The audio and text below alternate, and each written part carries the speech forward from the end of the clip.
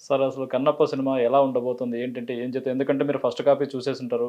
Final copy కూడా చూసారు. Already lock అయిపోయింది. ఎలా ఉంటది సార్ అసలు? అంటే తినబోతూ రుచులు అడగడం అలాగా ఉంటుంది ఒక మొదటి విషయం. ఓకే.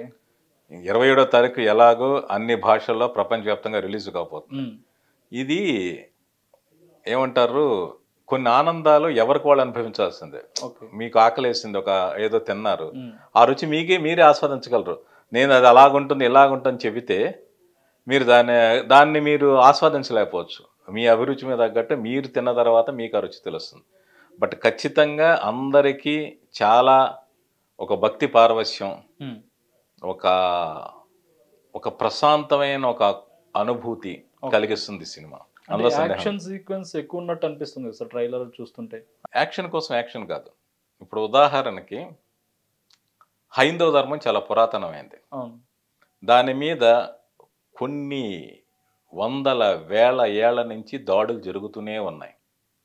మన దేశంలో ఉన్న కొంతమంది తిరగబడి ఉండొచ్చు. హ్మ్. విదేశాల నుంచి వచ్చిన కొంతమంది పోరాడి ఉండొచ్చు. హ్మ్. అయినప్పటికీ కొన్ని వేల సంవత్సరాలుగా భారతీయ హైందవ ధర్మం చెక్కు చెదరకుండా ఉంది. ఒక ధర్మాన్ని కాపాడుకోవడానికి భక్తి మాత్రమే సరిపోదు. పోరాటం కూడా అవసరం.